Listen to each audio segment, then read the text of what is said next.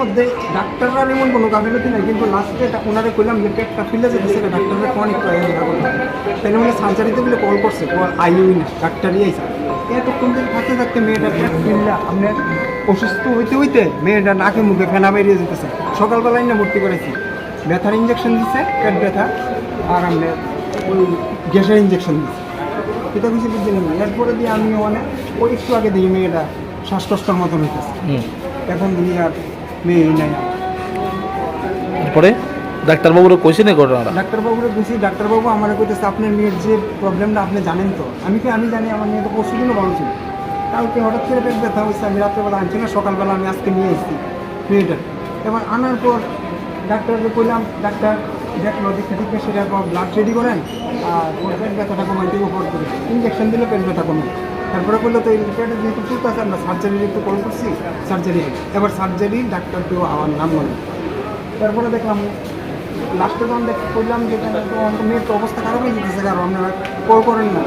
তারপরে তাড়াতাড়ি মাই আসিরা ওই তারা কেউ তো আইসিই না, তারা ইয়ানি ডাক্তাররা এসে দিকটা বুক টুক চাপা দিয়ে বাস অন্যায়। আপনার মেয়ের কি নাম? পূজা দাস।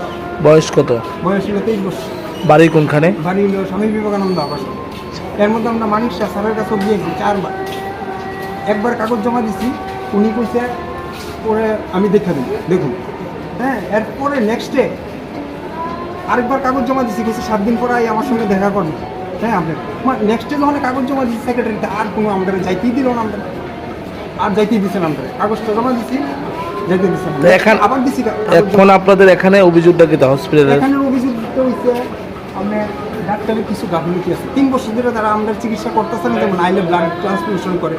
এর মধ্যে ব্লাড ব্যাঙ্কে আমার একজন দাদা আছে, রতন মজুমদার করে নাম, তাই আমি আইলে আমার ব্লাডটা রেডি করে দেয়, তাই না জানি মেয়েটার সমস্যাটা, ব্লাডটা রেডি করে দেয়। আমি আইলে 2 ঘন্টার মধ্যে ব্লাডটা রেডি করে আনি। তো এবার ভর্তি হয়েছে কবে? লাস্ট কালকে ভর্তি হয়েছে। কালকে? প্রত্যেক মাসে মাসে কিন্তু আইতেছে। সে অসুস্থ কতদিন ধরে? অসুস্থটা বলতে দাদা মেন কথা হচ্ছে আপনার যখন রক্তটা কইমা জায়গা তখন এতে সে দুর্বল। এই জিনিসটা কতদিন ধরে হইতেছিল? এই জিনিসটা তো আজকে 3 বছর ধরে হইতেছে, মানে রোগটা ধরা পড়ছে ভর্তি। যখন তার আবার শরীর খারাপ করছে তখন ডাক্তারবাবুরা পাইছেন না, যখন যে এরকম অবস্থা হইতেছিল? শরীর খারাপ হয়েছে তো তো আনছি না এখানে আনার পর আজকে যখন আরো খারাপ দিয়ে গেছে তখন তখন ডাক্তাররা বলছি, বা ডাক্তার তো দেখতেছে কিতা করতেছে, আমরা বুঝেছি তাকে মুখে কেনা বাইরেছে স্যার কি দেন না। তারা তো কইতেছে একজনের কাছে ভাত দিতেছে, একজন আইয়ে একজনে মারা গেছে ইসিজি করতে আগে, বডি যাইতেছে গা, প্রাণ বাইরে যেতেছে গা, তারা ইসিজি করে। এই বিষয় নিয়ে কি আপনার আইনের দ্বারস্থ হইবেন? এই যে ঘটনা, আমি আইনের দ্বারস্থ না, আমার কথা হচ্ছে আমি সরকারের কাছে একটি আবেদন, আমার বাইরের ডাক্তারে কইছে যে তারা যদি একটু চিকিৎসা করে তো ভালো হয়ে যাবে। এবার আমার চিকিৎসা করার ক্ষমতা নাই, এটা কিছু টাকা লাগে। আয়ুষ্মান কার্ড যে কইছে, আর যেটা আয়ুষ্মান কার্ড এটা লইয়া গেছি বাইরে, ভ্যালুলেস, এটা কোনো দামই নেই আয়ুষ্মান কার্ড। আমি দিল্লিতে গেছি, এমসে গেছি, আমি গঙ্গারামে গেছি, কোনো ভ্যালুলেস কইছে বিপিএল কার্ড দিয়ে ওইটা হইতো না, এটা আমি কিছু টাকা বেশি লাগবো, 10-15 লাখ টাকার মতো লাগবো প্রথম কিছু। তো আমরা এরপরে দিয়ে সেটা সরকারের কাছে গেছিলাম, সরকার তো একজন এক এক রকম। আমি কইলাম না যেটা করছে, স্যারের কাছে কয়েকবার কাগজ জমা দিচ্ছি, একবারই যে দেখা করতে দিচ্ছে, নেক্সট ইয়ার তাই সমস্যাটা কি তাই কইতে দিলাম।